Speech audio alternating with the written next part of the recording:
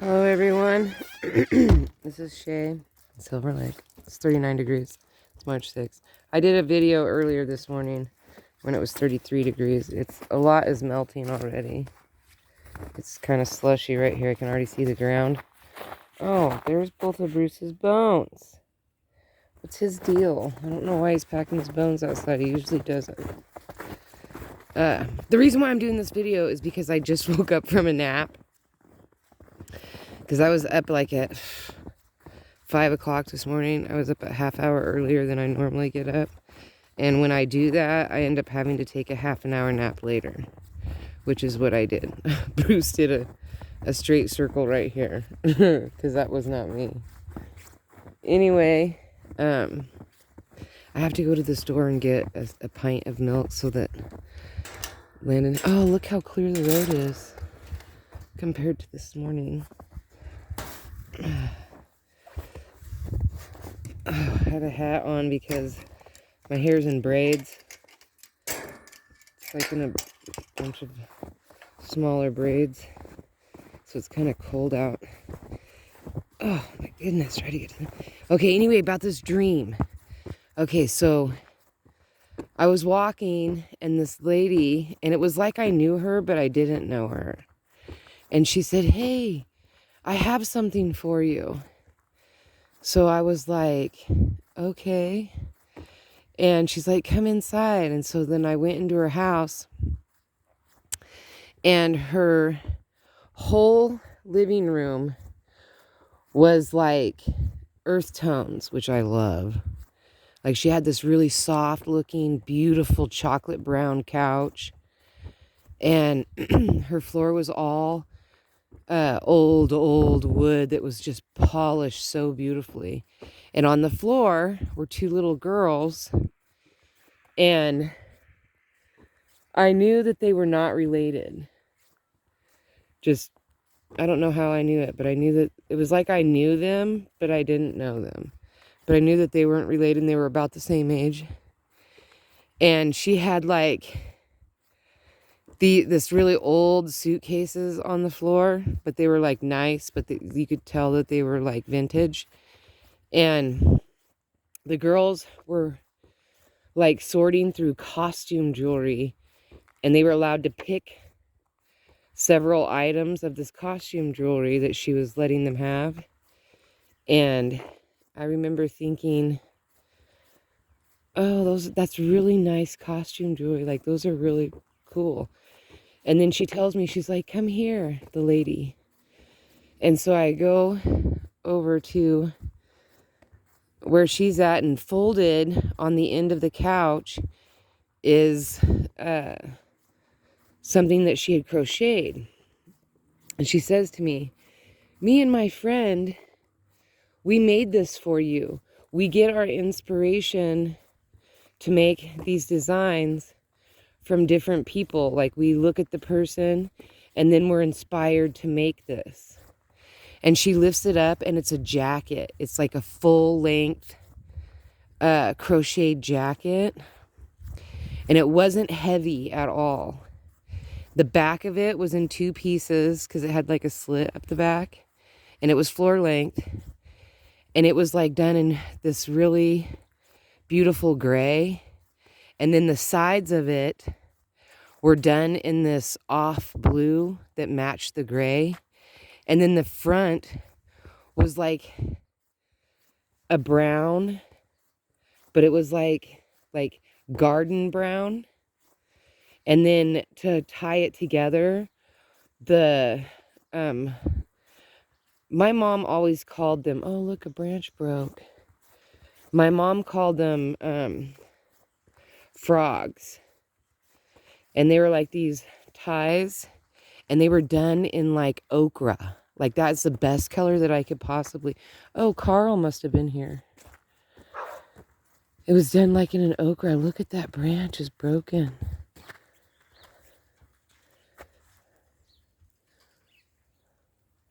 So beautiful. Anyway, so she helped me put it on, and it fit perfect like a glove. And then she says to to me that her and her friend make these different jackets, shirts, blankets, all kinds of different things, depending on the person. And I was just like, she helped me put it on, and it fit so beautifully, and like, it was just beautiful. And I loved it. And then she says, oh, I go to give her a hug, and she smelled like honeysuckle, like the most natural way that honeysuckle could smell, but it was very strong and just very beautiful. And her hair was like this, was so soft because it brushed against my face. And it was like the softest that you could possibly imagine. And it was a natural afro.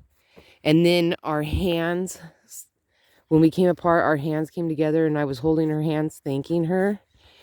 And they were the most beautiful, long fingers, perfectly manicured nails, not painted. They were just super natural, and her fingernails were not long. They were short. And her hands were so soft. And then her face, she had perfect complexion. And it had like tiny freckles underneath each of her eyes. And she had beautiful black eyelashes. And then when we let go of her, and I'm like, thank you so much. Thank you so much. She was like tall, and her body was like, she was wearing pure black, but it was like a 1970s black jumpsuit with a black sash, and it fit her like a glove. And the best way that I could describe how I felt was if you were 6 years old and you were meeting Carol Burnett for the first time. Like, she was tall like Carol Burnett. She had that same body style. Just, we're talking drop dead gorgeous. Like, wow. Just beautiful, like an angel. Look at all the destruction from the snow. It broke all these branches. Wow. And, okay, so then all of a sudden in the dream, I wasn't at her house anymore. I was like at school. Because I think it's because I felt like a child to her.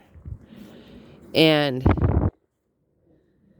while I was at school, I was like, I had laying my head down on the desk, and it was like I just woke up. And all of the teenagers, because we were teenagers for some reason, they were telling me, oh, I love your jacket. I love your jacket. It's so beautiful. And I was telling them about this beautiful angel that had given it to me.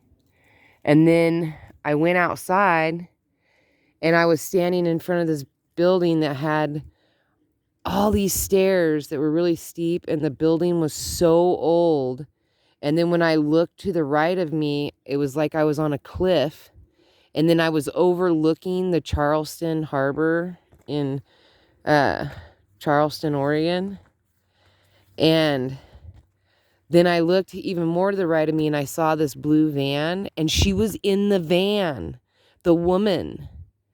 And I was like, oh, hey, everybody was just complimenting on my beautiful jacket.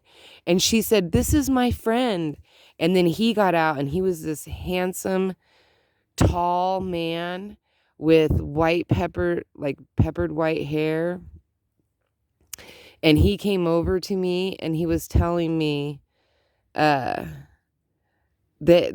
how they were inspired to make this jacket, and he sees that it fits me perfectly. And he was super tall like her. And he had like pale skin, but it wasn't like too pale. It was, it fit him perfect, and he was like very handsome looking. And he kind of looked like, he didn't really look like, but he gave off the aura of that one guy on Smokey and the Bandit, Reynolds or something. Burt Reynolds. And he was like that, but way handsomer. And he had white hair with a little bit of salt and pepper in it. And it was a thick hair. And he was wearing a jean jacket, like a stonewashed jean jacket that had the white wool on the inside of it. And he was wearing boots and blue jeans. And he was very handsome and he smelled so wonderful. And he told me, he said, yes, when me and my friend were making the jacket, I played her this beautiful Christian song. And he was telling me about it. And the song was Hallelujah. And how it touched her. And how they, him and her were becoming Christians and all this stuff. And then I told him, oh, have you ever heard Lauren Daigle? And then I woke up. That was the end of the dream. I was so mad that I opened my mouth. Like I wished I had not said nothing so that I could just listen to them, because her voice and his voice were angelic. They were so soft and beautiful. All their words were beautiful. Everything that they said was just beautiful. And I'm so mad that I woke up. I was like, no. It was like finally a dream that I wanted to desperately remember. And I wanted it to go on and on and on, because they were so beautiful. The people. Anyway, I thought I'd share it with you. It was just, if I could just see her. She was just so, oh, my tummy's growling. I should have ate that salad before I left the house. But I wish I had not opened my mouth, because the dream was beautiful. And the jacket, dude, I can still picture it and how it looked on me. And it was so pretty. This boot is like scratching me on the inside for some reason. I'm so bummed, because she was so pretty and she smelled like honeysuckle. Natural. Everything about her was completely 100% natural. No makeup, no nail polish, no jewelry. She was just beautiful, and she had like a personality, kind of. I don't know. It was wonderful. All right.